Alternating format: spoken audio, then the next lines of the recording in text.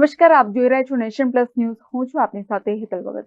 આજરોજ ગુજરાત પ્રદેશ ભાજપ કાર્યાલય શ્રી કમલમ ખાતે શહેર અને જિલ્લા પ્રમુખોની નિમણૂકને ધ્યાનમાં રાખીને એક અગત્યની બેઠક સંગઠન મહામંત્રી રત્નાકરની ઉપસ્થિતિમાં યોજાઈ હતી. બોર્ડ પ્રમુખો બાદ હવે ભારતીય જનતા પાર્ટી શહેર અને જિલ્લાના અધ્યક્ષની નિમણૂક 10 જાન્યુઆરી સુધી કરી દેવાનું મન બનાવ્યું છે. ત્યારે વડોદરા શહેર અધ્યક્ષ પદ મેળવવા માટે લોબિંગ પણ પૂરજોશમાં ચાલી રહ્યું છે. આવતીકાલ તારીખ 3 જાન્યુઆરીથી શહેર અને જિલ્લાના અધ્યક્ષની વરણી માટેની કવાયત શરૂ થશે, જેમાં 8 મહાનગરપાલિકા અને 33 જિલ્લાના પ્રમુખોના નામ ઉપર મનોમંથન કરવામાં આવશે. આવતીકાલે મળનારી આ અગત્યની બેઠકમાં મહાનગરપાલિકા, જિલ્લા ચૂંટણી અધિકારી, સહચૂંટણી અધિકારી અને પ્રભારીઓ ઉપસ્થિત રહેશે. અત્રે ઉલ્લેખનીય છે કે વર્ષ 2020માં વડોદરા શહેર ભારતીય જનતા પાર્ટીના અધ્યક્ષ તરીકે નિયુક્ત થયેલ ડૉક્ટર વિજય શાહના કાર્યકાળને 4 વર્ષ પૂર્ણ થઈ ચૂક્યા છે.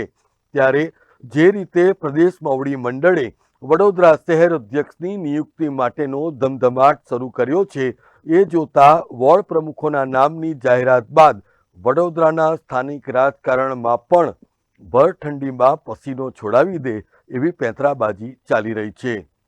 દર્શક મિત્રો, સામાન્યતઃ પેલી કહેવત છે ને, છાસ લેવા જવું હોય તો દોણી સંતાડવાનો કોઈ અર્થ રહેતો નથી.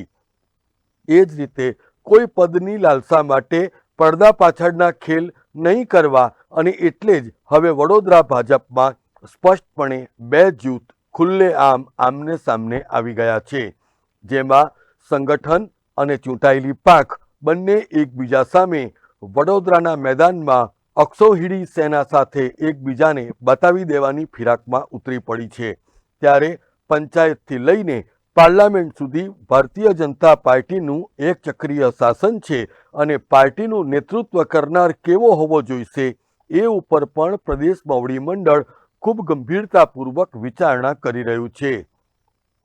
હાલ વડોદરા શહેર અધ્યક્ષ માટે માત્ર એક પોસ્ટ છે, પરંતુ મૂર્તિયાઓની કમી નથી. નેશન પ્લસ ન્યૂઝને પ્રાપ્ત માહિતી અનુસાર અધ્યક્ષ પદ મેળવવા માટે 10 દિશાઓથી જોરદાર લોબિંગ કરાઈ રહ્યું છે. એમાં સૌ પ્રથમવાર અમે જ ખુલાસો કર્યો હતો કે કુણાલ પટેલનું સજ્જડ લોબિંગ પૂર્વ સાંસદ તરફથી અને રાકેશ પટેલનું લોબિંગ રાવપુરાના ધારાસભ્ય બાળુ શુક્લ દ્વારા કરાઈ રહ્યું છે.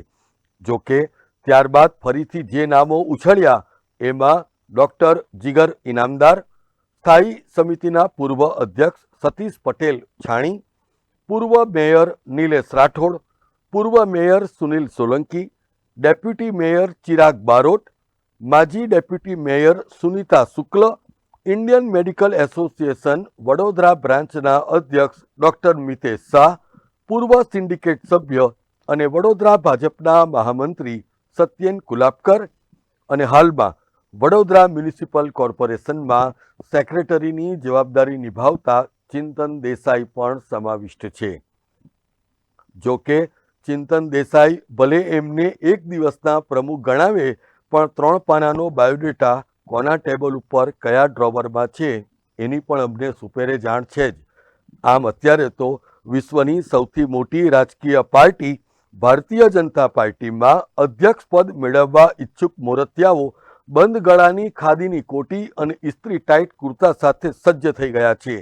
જો કે રાજકીય મહત્વકાંક્ષાઓનો ક્યારેય પાર હોતો નથી અને આ નશાનો કેફ બહુ જલ્દી ઉતરતો પણ નથી, એ સર્વવિદિત છે.